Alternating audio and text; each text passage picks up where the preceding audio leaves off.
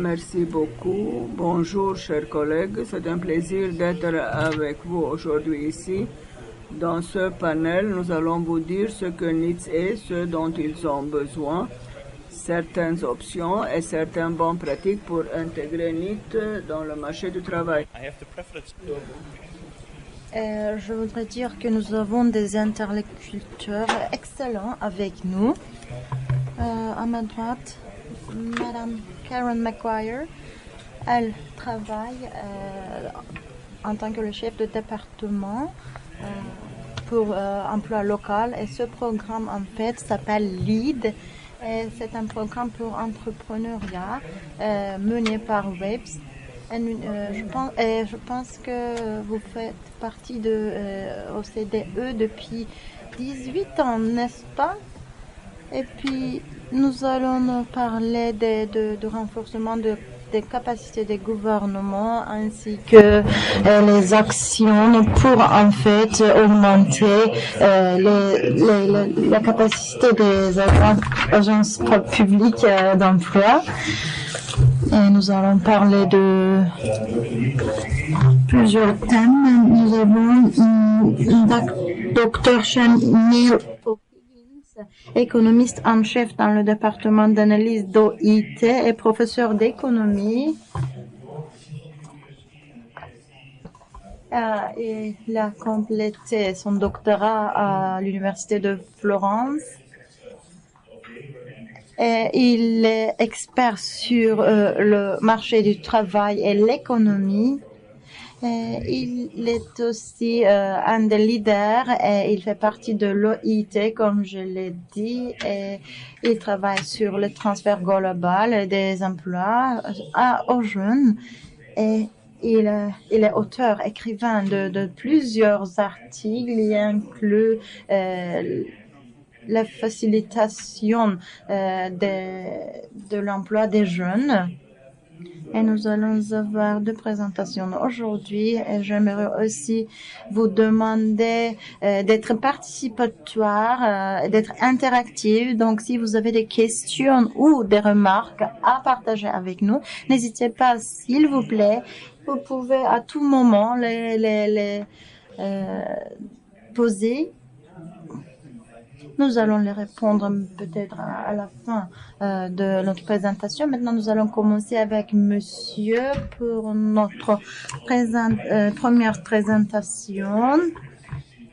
Et nous allons parler des caractéristiques, la déterminance des NEET et les politiques d'intégration. Le microphone ne marche pas. Young people in the world today are neither in employment, education or training. That's nearly 300 million young people, 290 million young people, 2/3 of which, nearly 200 million, are young women. That's a problem. Good morning, distinguished. Bonjour, chers délégués, chers collègues. J'ai l'honneur d'être ici aujourd'hui et de vous parler des traits généraux et des sujets qui entourent NEETs dans le monde d'aujourd'hui. Je vais commencer avec certains mots sur le concept de NEETs.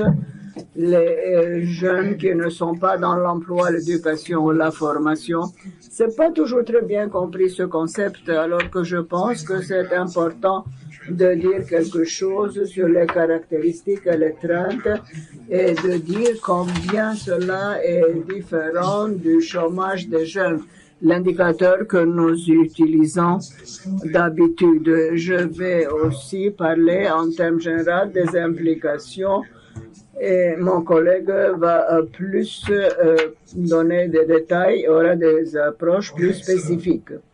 Bon, qui sont les NEETs? Tout d'abord, c'est la part des jeunes qui ne sont pas dans l'éducation. Et c'est l'indicateur DDD 8.6.1. C'est l'indicateur que nous utilisons pour voir où est le niveau Et cela est établi comme une cible en ce qui concerne les DDD en 2015. Lorsqu'on parle au sens large du terme, on peut parler de deux groupes de jeunes personnes. D'abord, les jeunes qui sont au chômage, donc le sujet traditionnel de l'intervention des services publics d'emploi. Mais les jeunes needs incluent aussi un groupe beaucoup plus vaste, notamment dans les pays où le revenu n'est pas très élevé. Et évidemment, les jeunes, dans ce cas, souvent ne sont pas dans l'éducation et c'est peut-être le groupe le plus difficile auquel on a affaire dans des termes politiques. Si l'on considère maintenant la façon traditionnelle de diviser la population des jeunes entre la force de travail et ceux qui ne sont pas sur le marché du travail, vous voyez que nous avons environ 70 millions de jeunes qui sont au chômage. Mais à gauche, nous voyons que ce montant est multiplié par 4. Presque 290 millions de personnes sont des NEET. Donc, nous voyons que le problème quadruple lorsque nous parlons de NEET et de l'emploi des jeunes. Donc, d'une autre manière, on peut dire que traditionnellement, nous voyons que ici, nous avons des chiffres et à gauche, nous voyons l'approche plus traditionnelle, le taux du chômage, qui est la part des jeunes au chômage comme une part de la force de travail. Et nous voyons que cela est de 14% dans le monde. Mais cela inclut seulement environ 5% de tous les jeunes. Alors qu'à droite, mix veut dire qu'on ajoute aussi un peu le vert clair, les jeunes personnes qui sont inactives. Et cela nous mène à 23,5% de la population qui sont des NEETs aujourd'hui. D'autres choses qui se passent lorsqu'on commence à voir cela d'une manière plus vaste, il faut comprendre que les NEETs sont très hétérogènes. La raison d'être NEET n'est pas unique. Donc, évidemment, comment est-ce qu'on peut les catégoriser? C'est la première question qui apparaît. Eurofound a proposé une approche qui est la suivante. D'abord, nous divisons les needs s'ils sont sur le marché du travail, oui ou non. Donc, d'un côté, nous avons les demandeurs d'emploi qui peuvent être aussi divisés en d'autres catégories, mais nous n'avons pas ceux qui sont à l'extérieur du marché du travail. Et c'est la raison pour laquelle les jeunes ne cherchent pas le travail d'une manière active, même s'ils ne travaillent pas ou s'ils n'étudient pas. Cela comprend les jeunes qui sont découragés, qui veulent travailler, mais qui arrêtent de demander un emploi parce qu'ils voient qu'il n'y a pas de disponibilité. Il y a aussi un groupe très vaste des pays à revenus moyens, les jeunes qui ont des responsabilités dans leur famille. Ce sont les jeunes femmes qui ne demandent pas des emplois parce qu'ils doivent se charger d'autres personnes. Puis nous avons les jeunes handicapés qui sont un autre groupe d'obstacles. Et puis nous avons une petite catégorie qui reste. Le point important est qu'il y a une grande variété dans les raisons d'être NEETs et cela doit être pris en considération afin de concevoir des politiques efficaces et des remèdes. Donc, si on considère les caractéristiques de cette carte, nous voyons les taux de NEET à travers le monde. Au niveau national, les couleurs plus foncées sont des taux de NEET plus élevés. Je ne sais pas combien c'est clair, mais nous voyons que les taux de NEET sont beaucoup plus élevés dans les pays à revenus médiocres et très médiocres. Par exemple, dans continent africain, en Asie du Sud, et c'est un sujet important. Enfin, nous pouvons dire que les taux de NEET varient d'un pays à l'autre du monde de moins de 5%, 50%. Et cette relation entre les revenus des pays et le taux de NEET est en général vrai à travers le monde. Il y a une grande variété à travers les pays, mais dans le sens général du terme, il y a une relation inverse entre le revenu du pays et le taux de NEET, la part de jeunes qui ne sont pas dans l'emploi. Cela est très clair aussi pour les jeunes femmes. Mais si on parle de femmes et des hommes, donc les trends de NEET sont en rapport avec les revenus du pays, bien qu'il y ait de grandes variations autour de ce trend. And we see that NEET rates are almost... Et nous voyons que les taux de NEET sont beaucoup plus élevés chez les femmes. Ici, nous voyons le taux des femmes NEET comparé aux hommes. Et nous voyons les couleurs plus foncées correspondent à des taux plus élevés. Donc, beaucoup plus de femmes que de jeunes. Et nous voyons que le taux le plus élevé, l'écart le plus élevé entre les jeunes filles et les jeunes garçons, Afrique du Nord, Asie du Sud et le Moyen-Orient, peut être compris de cette manière. Il est important de comprendre qu'il n'y a pas seulement une différence numérique, il y a des facteurs qui sont cachés en dessous, qui font de sorte que les taux de NEET sont différents pour les filles et pour les garçons. Évidemment, c'est une généralisation, mais dans le sens général du terme, les taux chez les hommes sont poussés par le manque de disponibilité, d'opportunités de travail. Donc, ici, il s'agit de chômage. Quand on considère les jeunes femmes, les taux de NEET ont affaire avec des barrières structurelles pour faire partie du marché du travail. Et les NEET, filles ou femmes, sont pour la plupart engagées dans le groupe qu'on appelle inactif parce que ces personnes ne cherchent pas un emploi. Les taux de NEET sont plus élevés et plus vastes dans les campagnes, dans les zones rurales comparées aux zones urbaines, et cela est vrai surtout dans les pays à revenus moyens ou bas. Et cela est différent de l'impression que nous avons en considérant les taux de chômage de la jeunesse, ce qui est une différence très importante sur laquelle il faudrait aussi se focaliser.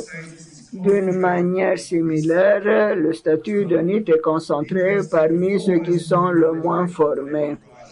Et cela est surtout vrai dans les pays à revenus supérieurs, mais partout dans le monde. Donc, si on compare les revenus, on voit la chose. Et si on considère les pays à revenus bas, nous voyons un 20% de chance qu'on voit des jeunes qui ont besoin d'éducation. Donc, l'éducation n'est pas seulement la solution au problème, mais la relation existe entre avoir plus d'éducation et ne pas alors être au chômage. Évidemment, nous voyons maintenant les effets de la pandémie COVID-19, mais avant cela, dans les pays à revenus élevés et pays à revenus moyens, les taux de NEET baissaient comparé à 2019. Et nous voyons que dans les pays à revenus moyens et élevés, après la pandémie de COVID-19, les taux de NEET en 2022, par exemple, sont revenus au niveau de pré-COVID. Ce n'est pas le cas dans les pays à revenus bas et moyens. Les taux de NEET dans ce genre de pays sont plus élevés, augmentent avec le temps, et dans les pays à revenus bas, cela commence à augmenter malgré le soulagement dans d'autres parties du monde. Donc, c'est une inquiétude. Évidemment, le taux de NEET élevé n'est pas seulement le grand problème dans les pays à revenus bas. L'emploi informel est un autre problème, mais le sujet de NEET est un problème qui doit être considéré. Et évidemment, il doit être considéré parce que les taux de NEET ne changent pas. C'est parfois difficile de comprendre ces chiffres, mais ici, nous voyons que les taux changent entre les âges 15 à 24 ans. Cela montre la relation de ce qui se passe dans une cohorte lorsqu'elle devient plus âgée. Si vous êtes NEET aujourd'hui, vous serez probablement NEET demain. Donc, une des raisons pour laquelle c'est important d'intervenir à ces temps, assez tôt, c'est parce qu'il y a une permanence. Si vous êtes NEET, vous serez NEET demain. Cela, évidemment, va avoir un impact dans le long terme, ce qui rend la chose très importante. Et il faut intervenir chez les jeunes avant qu'ils deviennent des NEETs à long terme. Donc, pour résumer, les taux de NEET sont beaucoup plus élevés parmi les jeunes femmes que les jeunes hommes. Les taux de NEET ont tendance à baisser lorsque le revenu augmente et les trends de NEET peuvent aussi changer, mais les facteurs sont très différents si l'on considère par exemple le chômage de la jeunesse. Un autre point qu'il faut aussi clarifier, il y a aussi une persistance chez les jeunes femmes et cela met l'accent sur le besoin d'agir et d'agir sur les jeunes, de les soutenir lorsqu'ils deviennent des chercheurs d'emploi au moment où ils passent de l'école au marché du travail. Après Covid-19, nous avons eu évidemment des problèmes économiques et nous voyons qu'il y a des améliorations dans le monde, mais les pays à revenus bas ont des NEETs qui continuent à augmenter. Quelles sont les implications pour la politique? Bon, je l'ai déjà mentionné, il y a beaucoup plus de NEETs que des chômeurs. Et ce qui est aussi important, c'est que les NEETs sont différents des chômeurs. NEETs comprend aussi les demandeurs d'emploi, mais sont plutôt un petit groupe au niveau mondial. 1 sur 4, par exemple. Les taux de NEET sont beaucoup plus élevés pour les jeunes femmes. Et en général, nous voyons que les taux de NEET sont plus élevés dans les groupes vulnérables en contraste avec le chômage des jeunes. Les taux de NEET peuvent être diminués en encourageant le retour à l'éducation. Il y a donc ici une façon bilatérale.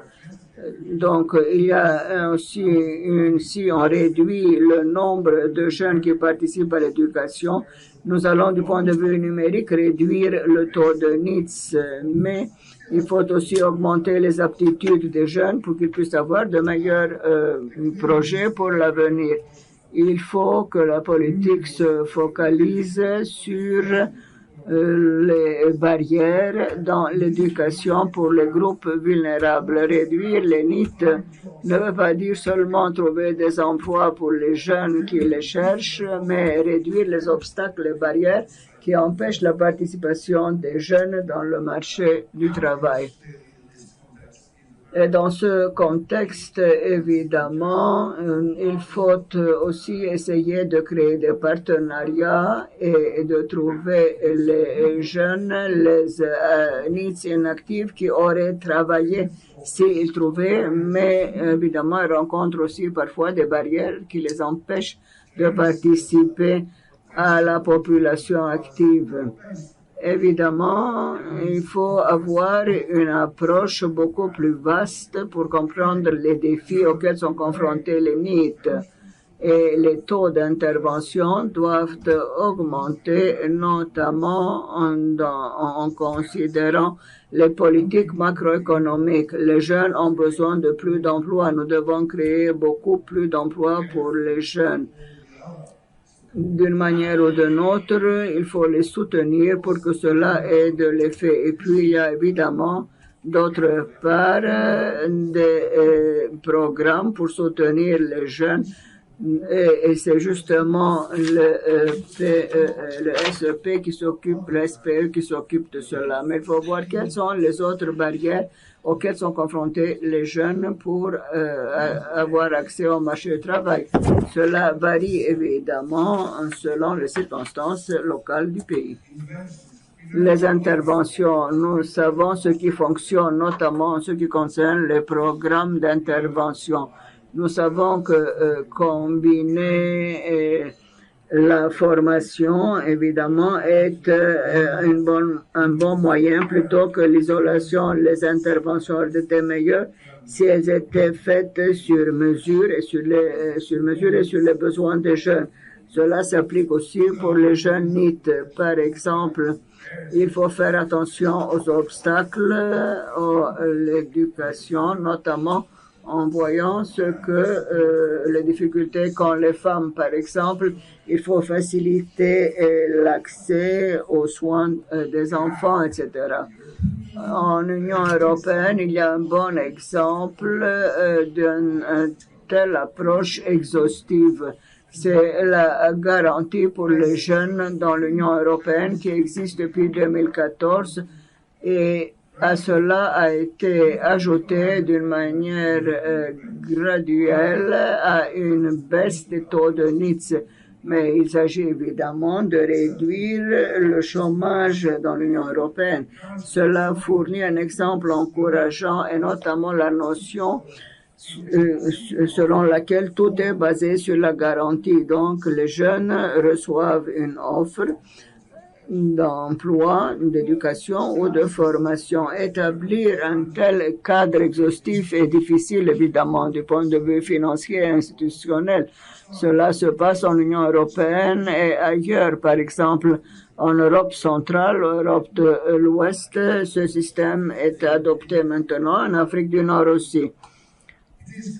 Évidemment, cela coûte, le coût est élevé, mais on peut penser à différents volets de l'approche et offrir un soutien aux NEET avant qu'il se soit établi dans la définition de NEET.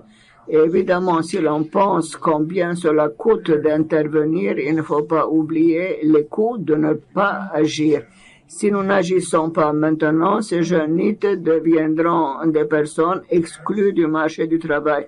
Voilà le danger et voilà la plus grande inquiétude.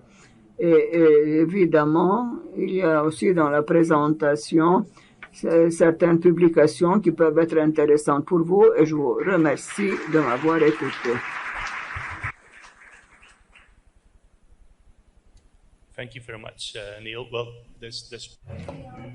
Merci beaucoup pour cette présentation. Et j'aimerais dire que vous avez partagé de très bonnes informations et c'était très intéressant pour nous comme présentation. Nous savons à quel point il est important d'aborder ce sujet, pas seulement pour le marché du travail, mais pour les NEET eux-mêmes. Donc, je vous remercie encore une fois.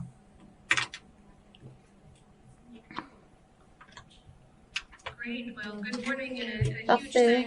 Bonjour et j'aimerais remercier de tout mon cœur à nos hôtes pour nous avoir invités ici. C'est un honneur pour moi de participer à cet événement.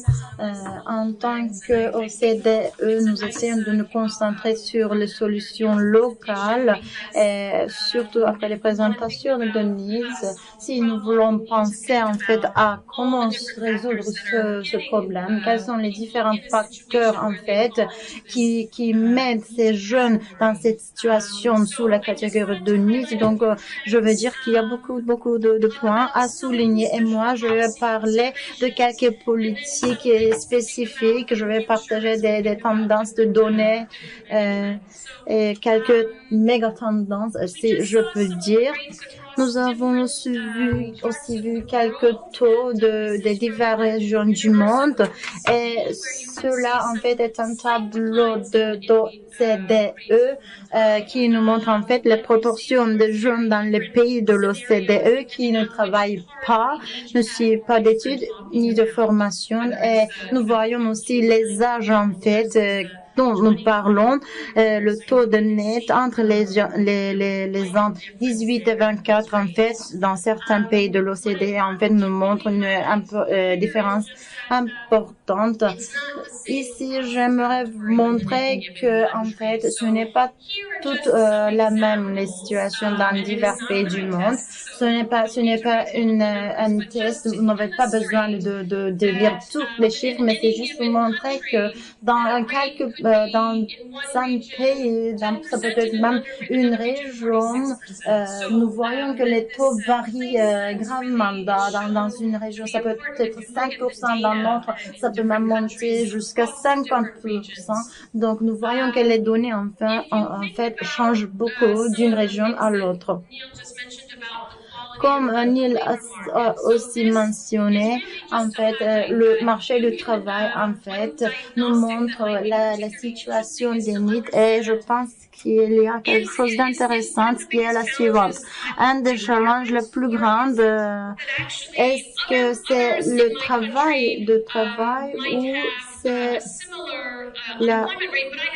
les taux qui varient. Donc, nous devons en fait comprendre ce que nous devons changer, ce que nous devons faire différemment. Et ce que je veux vous montrer avec ce diapo, c'est qu'il peut s'agir des situations très différentes l'une de l'autre et nous devons en fait essayer de comprendre en fait quels sont les facteurs qui nous donnent cette situation, quels sont les facteurs qui peuvent nous aider.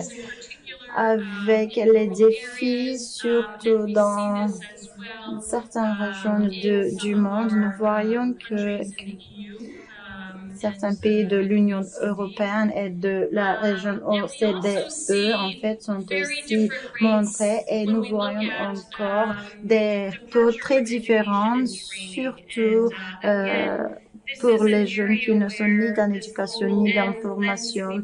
Et nous voyons aussi que le taux change localement aussi. Il y a plusieurs filières de PES, mais comme je l'ai dit, ça change, ça dépend de la région où ils s'opèrent.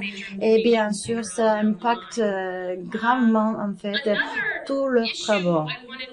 Un autre problème que j'aimerais mentionner pendant nos discussions, c'est les talents, les compétences des jeunes et à quel point en fait ils ne sont pas éduqués ou n'ont pas la bonne compétence.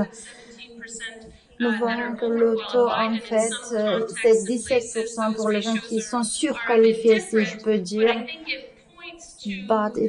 Ça nous montre aussi que quelles sont les guidances de carrière, guidances professionnelles, quels sont les challenges, les défis en fait pour trouver l'adéquation professionnelle.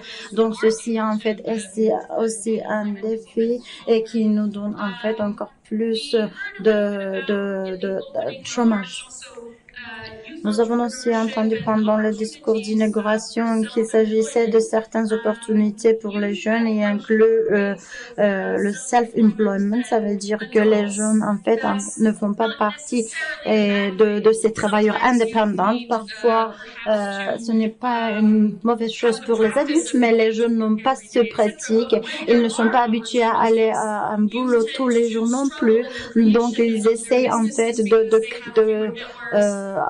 avoir leur propre entreprise, mais ils n'ont pas des réseaux qui peuvent leur aider, ils n'ont pas de capital, etc. Donc, nous voyons que l'entrepreneuriat, en fait, peut aussi être intéressant pour les jeunes, mais comme je l'ai dit, comme ils n'ont pas les moyens, nous devons aussi les soutenir. À ce sujet-là, nous pouvons peut-être le développer dans le cadre de nos politiques. Et un autre point que j'aimerais souligner, c'est que il y a beaucoup de places sur notre chemin. Il y a beaucoup de points qui ne marchent pas. Quand nous parlons de PES, nous savons que nous avons commencé à opérer il y a plusieurs années, mais ce que je veux partager ici à ce point-là, c'est de montrer comment les différents systèmes, en fait, peut changer le comportement des gens. Parfois, ils quittent l'école, parfois, ils essaient d'entrer dans le travail, dans le marché de travail. Donc, nous pouvons, en fait, apprendre les pratiques que, en fait, nous mettons en œuvre l'un de l'autre. J'espère que nous allons avoir la chance d'écouter les bonnes pratiques des pays d'OCDE, mais ça nous montre le changement depuis le début de l'éducation jusqu'à la participation, l'intégration dans le marché du travail.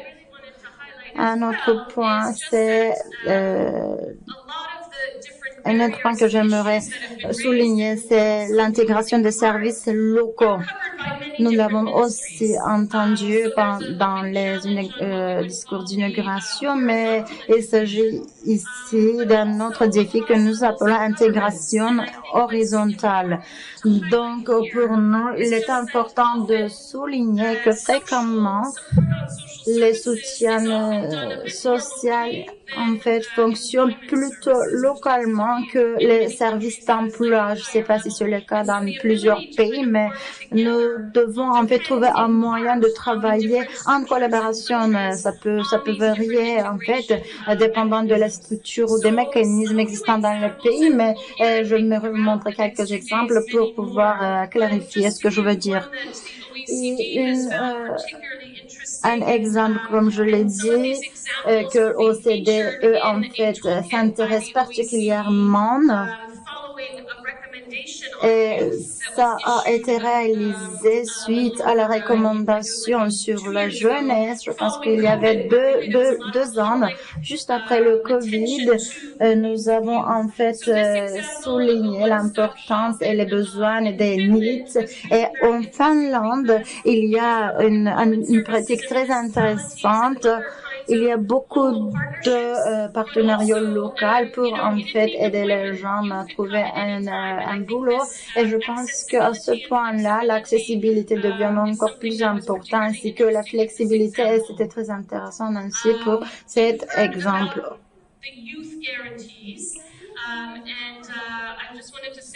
Et un autre point, j'aimerais dire que l'OCDE s'intéresse particulièrement encore sur le contrat d'engagement jeune. Nous avons aussi entendu nos collègues en parler, mais j'ai juste voulu souligner que c'est un programme qui a été encore très intéressant depuis la perspective d'OCDE, et nous allons avoir la chance d'en parler d'une façon plus détaillée pendant une autre session. Un autre point, c'est l'entrepreneuriat et l'économie sociale, en fait, pour les jeunes générations. La plupart des jeunes, en fait, sont en recherche d'une sorte de différence qui n'est pas la même, et ce n'est pas le cas, bien sûr, pour chaque individu, mais qui sont dans le cadre de Nice, mais il est important pour nous de les engager et de les faire participer dans des projets avec plusieurs pays. Nous avons aussi accordé notre soutien pour développer plus de politiques pour renforcer les capacités, en fait, pour le financement, ainsi que pour avoir des législations encore plus clarifiées. Nous voyons aussi partout dans le monde des projets différents, ayant des différents contextes. Ce n'est pas seulement sur les villes, mais il y a aussi un autre exemple intéressant de Colombie. C'est pour intéresser les gens, engager les gens pour trouver un boulot avec l'aide des PES et les faire partie de diverses activités, par exemple agriculture verte. Il y a plusieurs pays présents ici, mais dans plusieurs pays, il y a aussi une économie informelle, si je peux dire, qui augmente de jour à jour. Et à ce point, l'économie sociale, en fait, peut encourager quelques activités, même si ça s'est fait informellement. Et il y a toujours beaucoup de choses à faire et nous devons en fait trouver des moyens coopératifs pour pouvoir en fait avoir des meilleures structures pour des organisations non lucratives aussi. Mais ce sont des nouvelles formes de soutien que nous pouvons en fait accorder pour pouvoir créer plus d'emplois pour les jeunes. Et il y a aussi les incentives de recrutement. Et il y a beaucoup d'évaluations en termes de location, mais il y a aussi une influence très forte de ces programmes. Et cet exemple est aussi de Chine. Et nous pouvons peut-être avoir plus d'informations si vous êtes intéressés. Et investir dans les jeunes, sur les jeunes en fait, pour qu'ils en fait rejoignent l'éducation ou la formation peut aussi aider ce système d'emploi et nous pouvons comme ça avoir plusieurs programmes pour les gens qui peuvent en fait avoir la possibilité de retourner à l'école. Bien sûr, nous devons aussi voir, nous parlons de quelle sorte d'éducation ou de formation, mais c'est juste important de en fait les diriger vers ce chemin.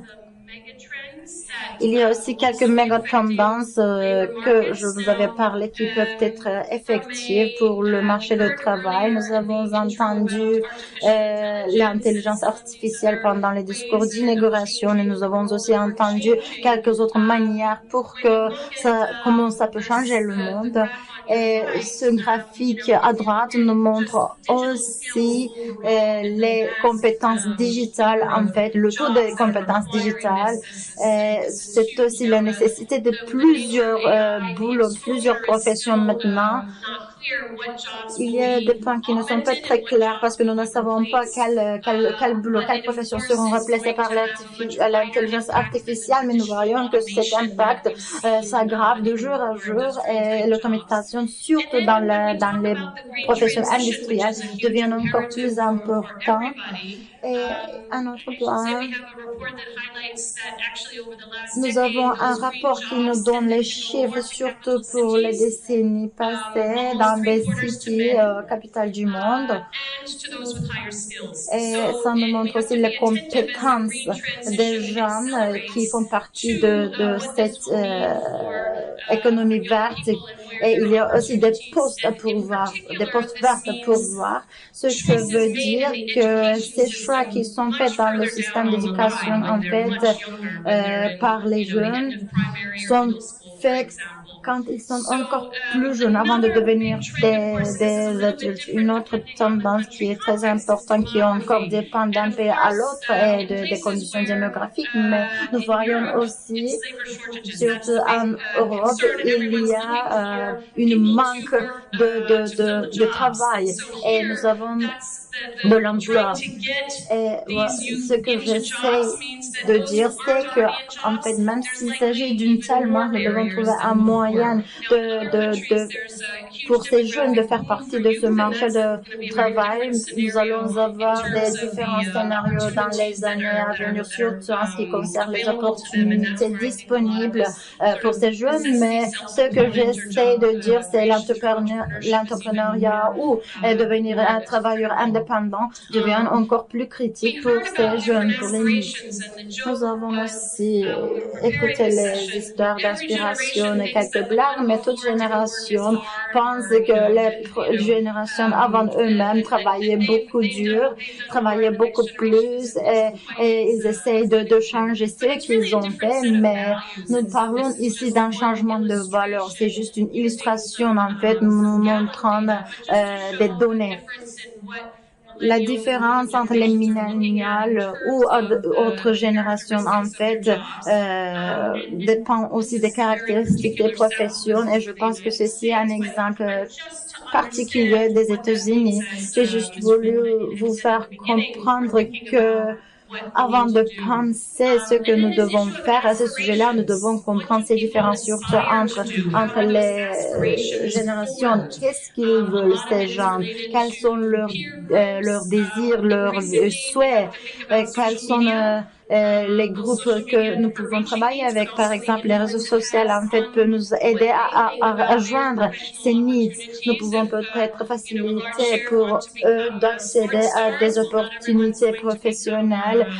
Peut-être quelques-uns d'entre eux veulent devenir des sportifs, des athlètes et même des stars. Mais nous devons en fait trouver la bonne adéquation professionnelle pour en fait avoir une bonne influence sur ces jeunes. Mais un autre point, c'est que ces jeunes sont aussi impactés, influencés par leurs parents. Donc nous devons trouver des jeunes et des parents qui peuvent en fait les informer pour pouvoir faire partie de ce travail, ce marché de travail. Et un autre point, bien sûr, c'est la santé mentale des jeunes parce que c'est très important pour nous. Nous voyons, il s'agit de plusieurs discussions qui se développent autour de ce sujet-là. Il y a les inquiets de plusieurs familles parce que nous voyons ici que le suicide était la 4e cause de décès chez les jeunes et nous voyons aussi un autre exemple de l'Australie. En fait, ceci est un centre qui accorde un soutien pour les jeunes pour pouvoir en fait avoir une meilleure santé mentale. Ça sera tout de ma part. Si vous avez des questions, n'hésitez pas à me poser vos questions. Ça peut être en anglais ou en français. Je vais essayer de les répondre autant que je peux à la fin de notre conférence. Merci beaucoup.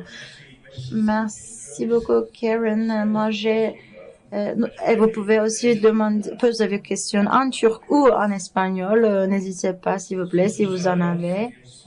Nous avons parlé nous pouvons maintenant parler de vos présentations. Maintenant, nous avons quelques temps qui nous reste avant la fin de notre session. Nous avons des collègues qui peuvent aussi poser leurs questions. Ma première question sera la suivante. Vous avez parlé de plusieurs groupes et en tant qu'une personne qui crée des politiques, comment vous faites en fait pour pouvoir décider quelle politique vous allez implémenter? La chose clé ici est d'être précis et de savoir quelles interventions en fait sera disponibles pour des situations diverses. Parce que les gens se trouvent dans différentes situations. Il y a beaucoup de programmes en fait. Par exemple, en Corée, il y a un programme pour les jeunes qui se concentrent sur les teenagers, sur les adolescents. Et ça dépend, comme je viens de dire, ça change aussi le soutien que nous allons accorder. Moi, je soutiens l'idée d'avoir des interventions faites à la maison, si je peux dire, qui sont personnalisées pour chaque groupe, parce que nous devons comprendre chaque jeune dans les situations dans lesquelles il se trouve. Merci beaucoup pour cette réponse. Karen, j'aimerais vous poser la question. Vous avez parlé d'économie sociale ainsi que des entreprises sociales. Comment nous pouvons collaborer avec ces institutions? Comment nous pouvons en fait avoir une collaboration au sein de cette économie sociale? Merci beaucoup. Vous savez que l'économie sociale sera aussi un sujet dans le rapport des PES dans les périodes à venir, mais l'économie sociale, nous en avons entendu parler. Et par exemple, nous avons entendu aussi le coach du quartier, les personnages locaux. Et ce sont des personnes en fait qui savent ce qui se passe au sein de leur communauté. Ça peut être de divers groupes, par exemple, quelqu'un qui a un passé de migration ou quelqu'un qui vient d'une famille où les parents ne travaillaient pas, etc.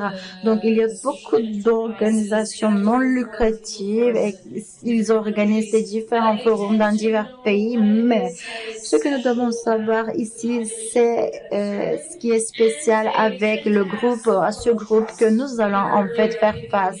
Et nous devons bien sûr gagner leur confiance parce que quand il s'agit des jeunes, il peut y avoir des situations où ils ne font pas confiance aux adultes, aux adultes. Donc, c'est aussi un des défis pour nous. Donc, nous devons savoir en fait comment travailler avec ces acteurs de l'économie sociale. Bien sûr, il y a aussi plusieurs acteurs qui sont déjà activement dans cette économie, mais nous devons en fait savoir plusieurs détails, incluent les règlements, la législation, la longueur des contrats, les qualifications des personnes qui travaillent au sein de ces entités. Par exemple, si je vais parler à une personne particulière, je dois savoir qui ça sera. Ça doit peut-être la personne la plus éduquée ou je sais pas quoi, mais je pense ici qu'il y a plusieurs problèmes qui sont associés. Par exemple, l'échelle ou les changements, les dispositions dans un contrat. Et je pense que les acteurs de l'économie sociale n'ont pas plusieurs alternatives, mais quand même, ceci est une très grande opportunité pour nous, pour en fait accéder à ces jeunes. Vous savez qu'il s'agit d'une personne, vous savez qu'ils existent comment vous le savez, ils font partie du système d'une registre. Donc, nous pouvons utiliser ces registres pour pouvoir savoir quel programme sera pour quelle personne. Vous avez aussi parlé des entreprises spéciales. Il y a des règles qui changent d'un pays à l'autre, mais ce qui est important, c'est aussi l'apprentissage pendant ce partenariat. Nous pouvons avoir des partenariats efficaces, surtout au sein de l'économie sociale, qui peut nous donner de la flexibilité. Nous pouvons même travailler avec les outils qu'ils utilisent et, comme je l'ai dit, apprentissage mutuel peut être intégré dans le courant ou dans la création de ces politiques. Les chers collègues, je pense que c'est votre part et je crois que vous devez avoir quelques questions pour nos panélistes, n'est-ce pas? Je regarde à la salle. Est-ce que vous avez des questions à poser, s'il vous plaît? Oui, il y a quelqu'un là. Microphone. Je vais poser la question en français. Une question au départ pour Monsieur O'Higgins, mais peut-être pour les deux intervenants. Vous avez mentionné le sujet des needs dans les zones rurales. Est-ce que vous auriez des exemples possibles? Bien sûr, parce que c'est un sujet central en termes de solutions positives pour ces publics désavantagés qui, en plus, se trouvent dans des zones décentrées. Mais c'est aussi, je pense, quelque chose d'intéressant en termes de redynamisation des territoires. Auriez-vous quelques exemples à nous donner ou peut-être des références sur lesquelles se tourner pour en savoir un peu plus sur les needs dans les zones rurales? Merci.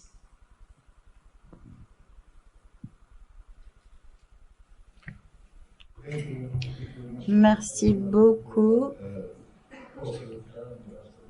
Peut-être Karen va avoir quelque chose à dire à ce sujet-là, mais il y a plusieurs exemples. Oui, dans les zones rurales, le taux peut augmenter, mais avec la digitalisation et bien sûr avec les professions centrées sur Internet, nous pouvons en fait avoir plus de recrutement. Même les réunions en fait avec les ressources humaines sont menées maintenant en ligne. Et il y a beaucoup de professions pour les jeunes femmes qui peuvent être présentées en ligne. Il y a plusieurs responsabilités à assumer, bien sûr, surtout pour les femmes. Mais je veux dire que nous devons en fait le soutenir via toutes les outils que nous avons. Nous devons en fait inclure surtout les femmes qui vivent dans les zones rurales et nous allons le faire avec la digitalisation. Je pense que pour les parties rurales, nous devons bien sûr nous concentrer sur la qualité et la disponibilité des boulots, des jobs. Mais ce qui est important, c'est de maintenir les jeunes dans l'éducation et dans le marché du travail, surtout dans les parties rurales. Et Comment nous pouvons faire ça? Nous pouvons les faire participer, les faire partie d'une institution d'éducation qui est près de leur résidence.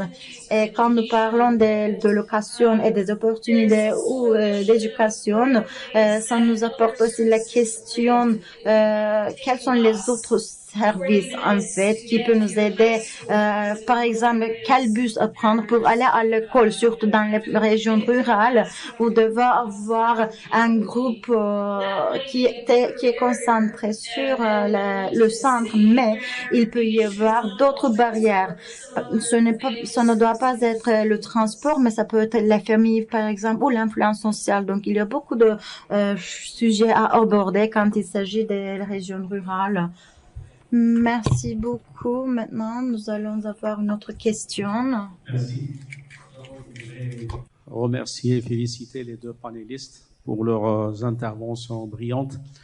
En fait, j'ai une précision à demander aux représentants de l'Organisation internationale du travail et apporter peut-être deux témoignages par rapport aux situations des pays du Sud. La première précision que je voudrais demander, est-ce que dans les NEETs, on compte aussi les personnes qui sont à la recherche d'un emploi? Bon, certes, ils ne représentent que 20%, parce que c'est un point central. Les définitions diffèrent selon les pays. Parfois, on ne comptabilise que les personnes vraiment marginalisées et qui se sont exclues elles-mêmes, je dirais, du dispositif, de la société et de tout ce qui est structure d'accompagnement et tout ce qui est organisation étatique. Donc ça, c'est un premier point, parce que ça serait important de normaliser cela. Et les deux clarifications que je voudrais apporter par rapport au milieu rural, souvent, il y a un autre phénomène. Chez nous, par exemple, au Maroc, il n'y a pas de NEETs. Bon, moi, j'étais surpris d'apprendre que dans le milieu rural, il y a plus de NEETs que dans le milieu urbain. Mais on a le phénomène d'aides familiaux et d'emplois non rémunérés. C'est-à-dire que tout le monde est occupé à faire quelque chose. Les gens travaillent. Maintenant, c'est de l'emploi non rémunéré. Il fut un temps où il représentait pratiquement 20%. Il est en train de régresser, mais c'est un autre phénomène que je voudrais souligner. Pour l'économie sociale et solidaire en général, bien sûr, il y a plusieurs formes, comme ça a été précisé.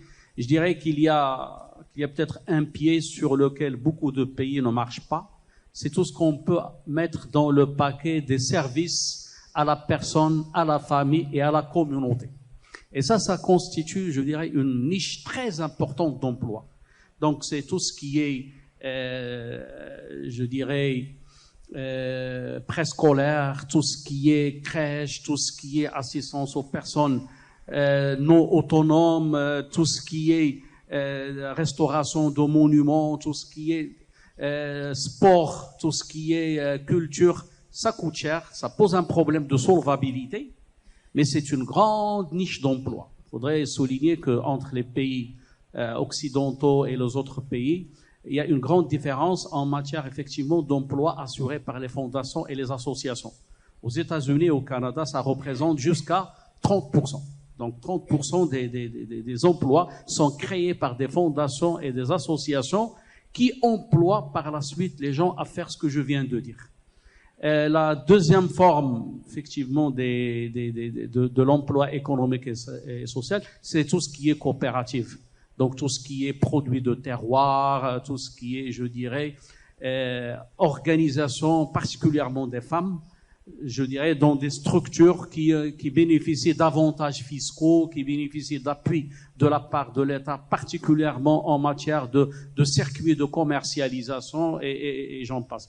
Voilà ce que j'avais à apporter comme contribution. Merci. Thank you so much. May I start again with you? Merci beaucoup. Est-ce que je peux commencer avec vous pour parler de cela? Deux questions importantes. Oui, en fait, c'était une raison pour laquelle j'ai essayé de mettre l'accent sur la première question, l'inclusion des jeunes demandeurs d'emploi. Aussi longtemps qu'ils ne participent pas dans l'éducation, parce que c'est possible d'être demandeurs d'emploi et participer à l'éducation. Mais tous les jeunes qui ne sont pas dans l'emploi, la formation et l'éducation sont inclus parmi les NEETs. Cela est clair au niveau international, mais c'est pas toujours très bien compris. Et les définitions nationales peuvent varier, mais c'est l'approche que nous appliquons lorsque nous préparons des statistiques comparables au niveau international. Et c'est ainsi que nous essayons de traiter la question des NEETs d'une manière conceptuelle. NEETs inclut les demandeurs d'emploi. En fait, NEETs est devenu un terme péjoratif qui inclut tous les jeunes qui ne sont pas dans l'emploi. Et puis la question, en 2013, la conférence internationale des statisticiens du travail a modifié le concept d'emploi. Maintenant, l'emploi est seulement le travail qui est fait quand il est rémunéré. Une distinction a été faite entre l'emploi et le travail. Le travail inclut l'emploi, mais aussi le travail non rémunéré de différents types. Donc, c'est possible d'être NEETs alors que vous travaillez. Par exemple, vous pouvez être des bénévoles, vous pouvez fournir des services non rémunérés, c'est la distinction. Et peut-être là, un travail qui est lucratif et non lucratif. Évidemment, pour que ces définitions soient appliquées, cela demande du temps. Mais depuis 2013, cela a été appliqué au niveau international et aujourd'hui, les pays implémentent cela de plus en plus. Oui, il y a un grand chiffre, notamment les femmes qui s'occupent des soins familiaux, par exemple, et qui ne sont pas rémunérées et qui sont aussi des NEETs. Donc, les jeunes NEETs ne sont pas absolument des personnes qui ne travaillent pas, mais ce sont des personnes non employées par définition. Je pense que c'est vrai dans différents pays, le travail rémunéré, non rémunéré en agriculture par exemple, ou dans d'autres activités. Mais je pense que dans les commentaires que vous avez faits, j'ai voulu dire que nous sommes tout à fait d'accord que l'économie sociale est une source d'emploi pour les personnes et une source de soutien pour leur intégration dans d'autres emplois. Donc c'est un point très important qui doit être mis en valeur et dans certains pays en Europe, par exemple, cela peut être jusqu'à 10% de l'emploi qui est dans l'économie sociale et solidaire et cela dépend des pays, comment vous pouvez collaborer, etc. Puis il y a les coopératives, ceci peut être différent, mais il y a un rôle double. Donc, il y a aussi les facilitateurs qui facilitent les résultats dans le marché du travail. Je pense que le micro appartient à l'Afrique maintenant, et puis je voudrais passer à l'Uruguay qui vient de lever la main. Est-ce que vous avez une question précise? Parce que nous avons d'autres personnes qui veulent aussi poser des questions. Félicitations d'abord aux deux communicateurs pour la clarté de leur intervention, de leur exposé. Je suis Brima Sidibé du Mali, l'Agence nationale pour l'emploi du Mali. Je voudrais savoir, ma préoccupation a été prise en compte un peu en partie par l'intervention du président de WEPS, c'est-à-dire la notion de NEETs et la notion de chômage. Et quelle est la différence fondamentale? Parce que je suis d'un pays où, dans la zone rurale, contrairement à ce que M. Hoguin a dit, le chômage est un phénomène nouveau.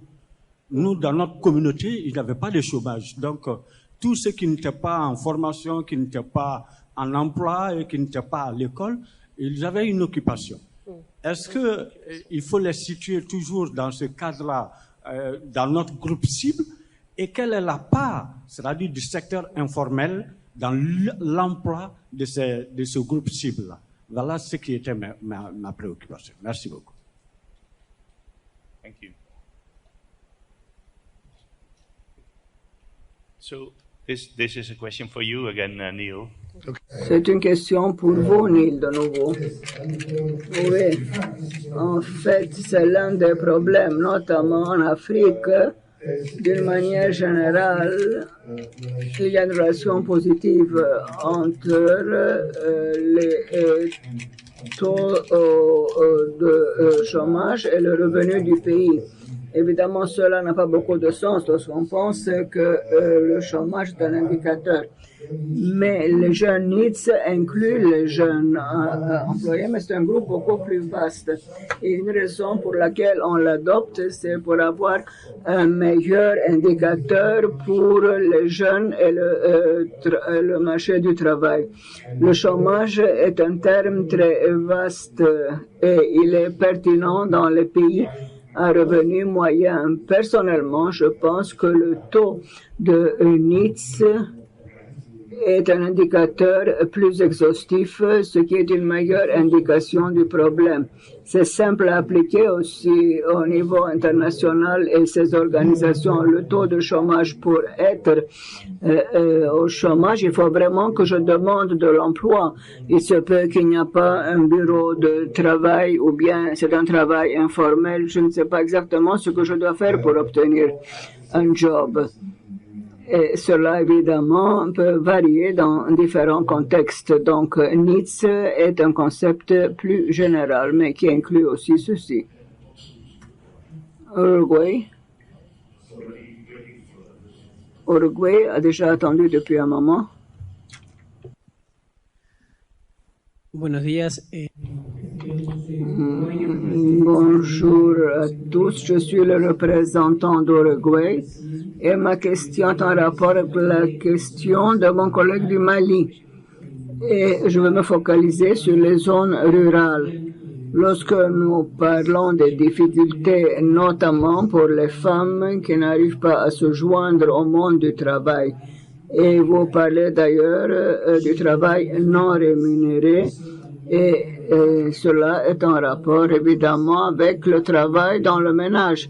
Je voudrais savoir si dans les zones rurales nous avons une statistique sur les personnes qui travaillent d'une manière non rémunérée. Donc cela pourrait aider les jeunes, mais il y a un travail qui n'est pas rémunéré. Donc, cela ne fait probablement pas partie de la définition que nous avons pour NEETs. Il est clair qu'ils travaillent et cette différence est importante parce que bien qu'ils fassent partie du même groupe, du point de vue conceptuel, il y a une différence entre dire ni j'étudie ni je travaille, mais je fais un travail non rémunéré dans une zone rurale. C'est la différence et merci. Again for you, Neil. Thank you. I'm afraid I don't know offhand the share in Uruguay. Je ne connais pas la part au Uruguay des NEETs qui travaillent. C'est un point important et c'est justement le résumé de ce que j'ai dit parce que c'est vraiment important de préparer des interventions dans certaines circonstances très difficiles. Donc c'est important et on peut calculer cela, par exemple un travail non rémunéré, les soins, etc. Et ça peut être aussi une source d'activité aussi pour les jeunes personnes. Je crains que je ne connais pas la situation spécifique dans votre pays, mais c'est une bonne proposition. Et une des choses sur laquelle nous travaillons maintenant est de voir comment catégoriser et comment comprendre cela. Nous avons commencé à faire des enquêtes pour voir ce qu'ils font vraiment pendant le jour.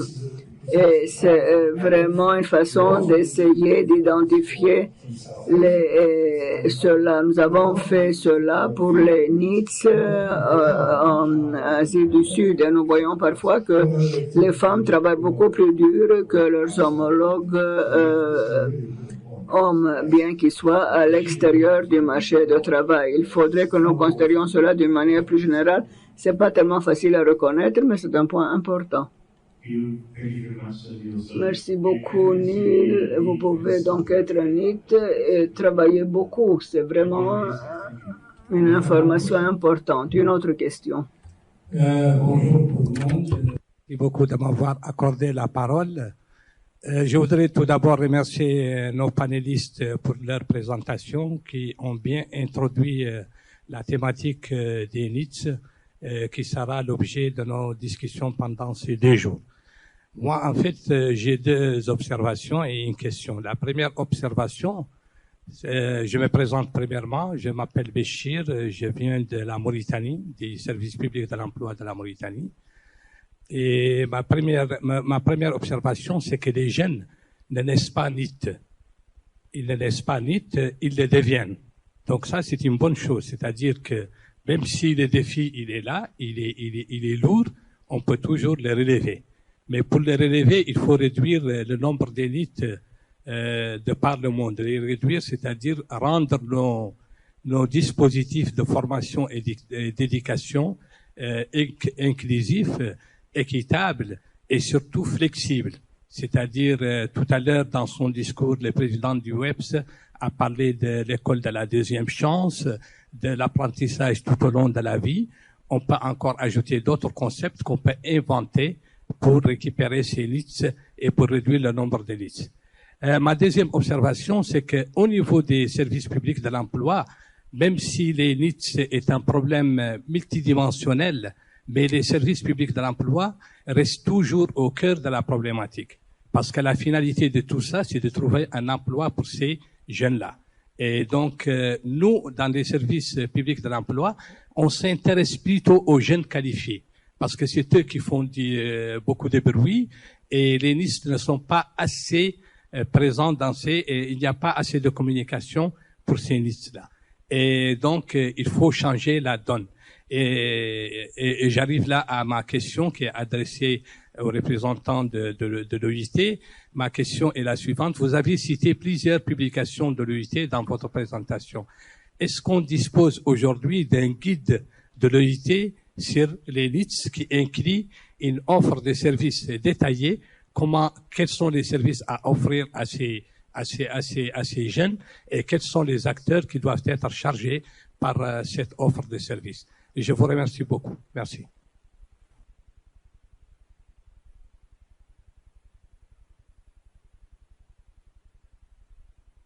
I believe that's a question for you. Je pense que c'est une question pour vous, Carole, plutôt. Vous pouvez plutôt parler des services dans les agences publiques. Il y avait beaucoup d'observations sur une formation plus inclusive pour les défis avec les personnes qui ne sont pas bien formées. Mais quel est le genre de menu d'options? C'est ce que j'ai entendu. Qu'est-ce que les services publics d'emploi peuvent faire et quels sont les services qu'ils peuvent offrir? Je pense que certains de ceux-ci peuvent être trouvés dans différentes publications à l'OSD en ce qui concerne les activités des jeunes dans différentes phases. Donc, vous avez un genre d'éventail pour voir comment ils peuvent devenir NIT à travers différentes circonstances. Nous serons heureux de partager ceci avec vous pour vous aider dans vos programmes. Mais pour le BIT, nous avons publié un rapport en été sur les services publics d'emploi mondiaux et je pense qu'il y a là beaucoup d'informations. Donc, c'est l'une des publications qui est listée dans la présentation, oui. Mais je pense qu'il faut considérer différents aspects, ce que fait ce guide, notamment l'aspect pratique. Merci pour votre recommandation et votre question. Nous allons maintenant passer à la dernière question. Ménil et Carole seront avec nous pendant le jour. Donc, vous pouvez leur poser des questions. Mais nous allons passer à la question finale de ce panel. Bonjour, je vous remercie pour ces brillantes interventions. Je passerai en revue quelques éléments relatif à l'expérience de la Mauritanie. C'est Mohamed Mahfouz, directeur général de l'Agence nationale pour l'emploi de Mauritanie. Nous avons l'État en collaboration, en partenariat avec la Banque mondiale, lancé un programme d'employabilité des jeunes qui vise exactement un nombre important à travers leur formation en compétences de vie, mais aussi, c'est l'agence qui le fait, aussi bien du point de vue accueil qu'orientation, en plus de la formation en compétences de vie, pour qu'ils suivent deux parcours, un parcours entrepreneurial et un parcours formation professionnelle. Le défi majeur, c'est que ces jeunes, en majorité, ont tendance, comme l'ont dit quelques intervenants tantôt, ont tendance à un travail propre, à un travail soft. Au moment, bien que ce phénomène, c'est plutôt un phénomène urbain, plus que rural dans nos pays. Quelles sont les alternatives? Une fois choisi, ou bien l'entrepreneuriat, ou une masse importante de cette population restera dans les agences en tant que demandeurs d'emploi, chercheurs d'emploi, surtout qu'ils évolueront avec l'âge. Donc, c'est un travail supplémentaire des agences, c'est un travail supplémentaire des services publics d'emploi. Le phénomène dans les pays du tiers-monde est un phénomène urbain, avant tout, parce qu'au monde rural, comment faire à travers la formation professionnelle et à travers l'emploiement de cette population si importante vers laquelle il faut aller, il faut leur chercher de l'emploi et de l'emploi décent. Je vous remercie.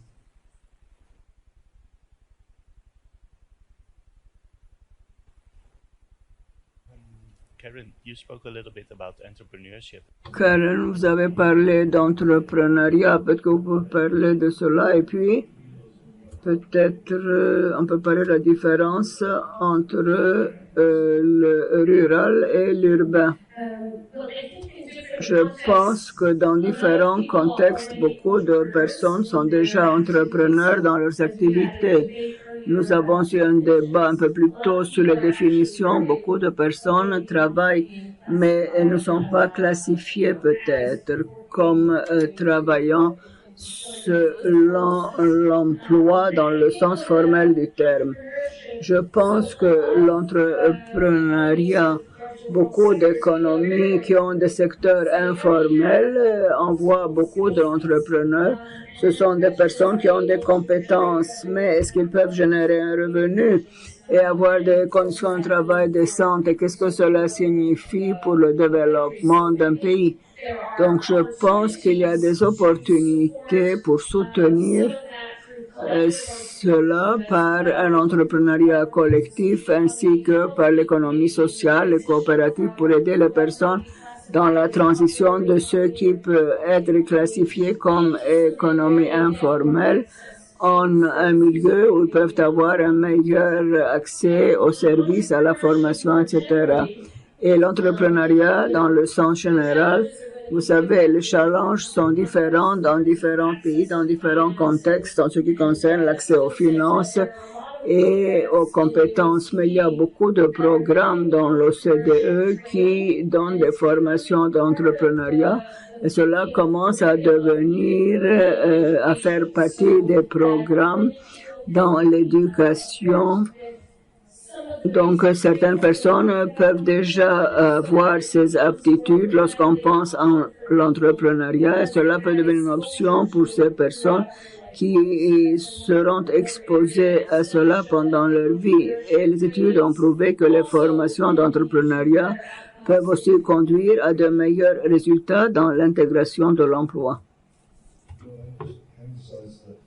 Je voudrais mettre l'accent que sur le taux de chômage, le taux de jeunes qui sont au chômage, c'est pas un bon indicateur, notamment dans les pays à revenus bas. Mais il faut aussi utiliser d'autres indicateurs, sans oublier que 3 sur 4 jeunes dans le monde qui travaillent travaillent dans le secteur informel. Et dans les pays de revenus bas, il s'agit de plus de 90%. Donc, tous ceux qui travaillent dans le secteur informel. Évidemment que la qualité de l'emploi est importante. Mais évidemment, considérant NEET, on peut mieux comprendre la nature du marché, notamment dans les pays spécifiques. Mais je pense que c'est une approche beaucoup plus vaste. Merci Neil. Je ne sais pas pour vous, mais aujourd'hui, moi, j'ai appris beaucoup de choses sur les NEET. Nous avons parlé de la différence entre être au chômage, être NEET, etc. Et nous avons parlé de la stratégie d'activation. Et nous avons vu combien grandes peuvent être les différences entre les zones métropolitaines et rurales. Et si cela n'est pas bien considéré, ce problème ne sera pas résolu et peut évidemment être un problème pour l'avenir aussi. Au niveau local, nous avons aussi parlé de certaines solutions et il est possible de s'occuper de ces problèmes. Et vous avez parlé, Carole, d'entreprises sociales et des opportunités. Très intéressant. Et nous disons cela beaucoup plus souvent, combien il est important de collaborer entre les institutions et de préférence avec un seul guichet. Il y a beaucoup de choses que j'aime en Turquie, mais j'aime beaucoup la cuisine turque et je pense que nous irons maintenant déjeuner, Nicole. Nous allons retourner à 13h30 dans cette salle avec les collègues qui viendront des Balkans et qui vont nous donner plus d'informations pour voir ce que l'on peut faire dans vos pays respectifs.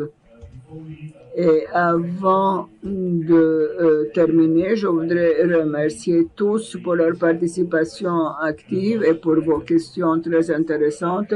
Et je voudrais surtout applaudir Carole et Neil.